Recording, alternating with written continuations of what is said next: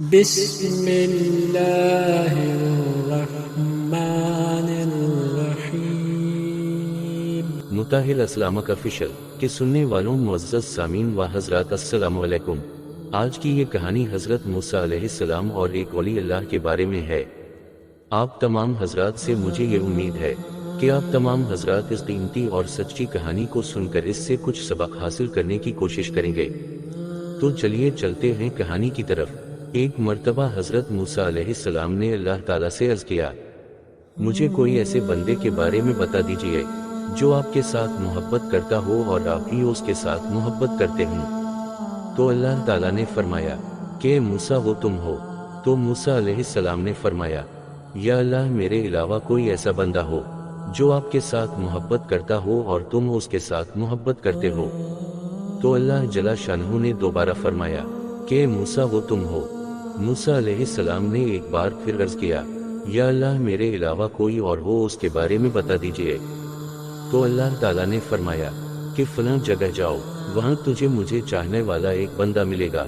تو موسیٰ علیہ السلام اس علاقے کی طرف روانہ ہو گئے۔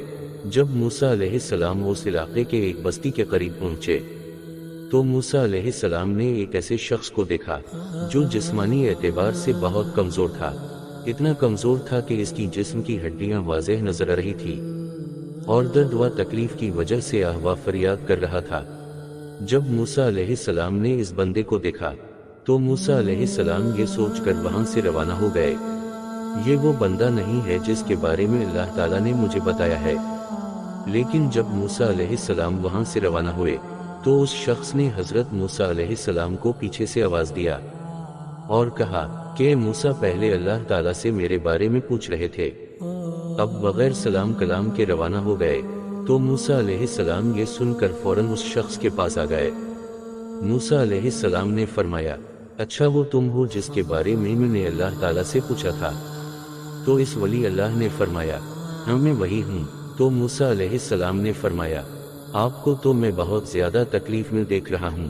تو اس ولی اللہ نے فرمایا، ہاں جی، اللہ تعالیٰ کا اس شخص کے ساتھ یہی معاملہ ہوتا ہے جو اللہ تعالیٰ کے ساتھ محبت کرنے والا ہو۔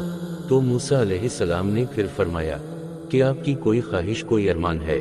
تو اس ولی اللہ نے فرمایا، ہاں میری دو خواہش تھی، اس میں سے ایک خواہش تو پوری ہو گئی، وہ یہ کہ مجھے اب سے ملاقات کرنے کا بہت زیادہ شوق تھا، وہ تو مجھے حاصل ہو گئی۔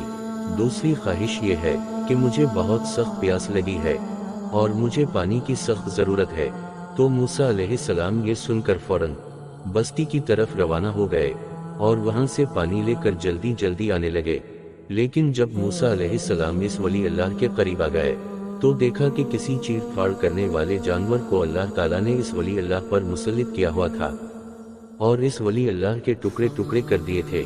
تو موسیٰ علیہ السلام فوراً اللہ تعالیٰ کی طرف متوجہ ہوئے اور عرض کیا، یا اللہ آپ کی تو ہر کام میں حکمت ہوتی ہے، صرف یہ پوچھ رہا ہوں کہ آپ نے اپنے اس بندے کے ساتھ یہ کیوں کیا؟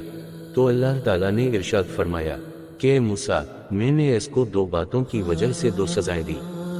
پہلی بات تو یہ ہے کہ یہ محبت مجھ سے کرتا تھا لیکن دیدار آپ کا چاہتا تھا، تو اس وجہ سے میں نے ایک جانور اس پر مسلط کر کے اس کے ٹکڑے ٹکڑے کر دیے۔ اور دوسری بات یہ ہے کہ اس نے پانی تم سے کیوں مانگا، مجھ سے کیوں نہیں مانگا؟ میرے پاس تو پانی کے سمندر ہیں، اس لیے میں نے اس کی روح پیاس کی حالت میں قبض کی۔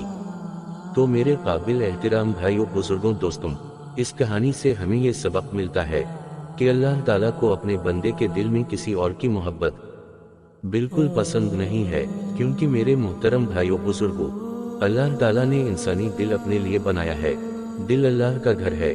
جس طرح ہم اپنے گھر میں کسی غیر کو برداشت نہیں کر سکتے، اسی طرح اللہ تعالیٰ بھی انسان کے دل میں کسی اور کو برداشت نہیں کرتا۔ اور ایک حدیث پاک میں ارشاد ہے، مومن کا دل اللہ تعالیٰ کا عرش ہے۔ ایک دوسری جگہ اللہ تعالیٰ کا ارشاد ہے جس کا مفہوم یہ ہے کہ میں نہ زمین میں سما سکتا ہوں اور نہ آسمان میں، بلکہ ایک مومن کے دل میں سما سکتا ہوں۔ اور دوسری بات اس کہانی سے ہمیں یہ ملتی ہے کہ ہم جو کچھ بھی مانگے تو وہ صرف اللہ تعالیٰ ہی سے مانگے، اللہ تعالیٰ کے علاوہ کسی اور طرف ہمارا دھیان نہ جائے، کیونکہ اللہ تعالیٰ کو اپنے بندے کا کسی اور سے مانگنا بالکل پسند نہیں ہے۔ تو یہ تھی آج کی کہانی. کیسی لگی آج کی کہانی؟ کامنٹ باکس میں ضرور کمنٹس کریں.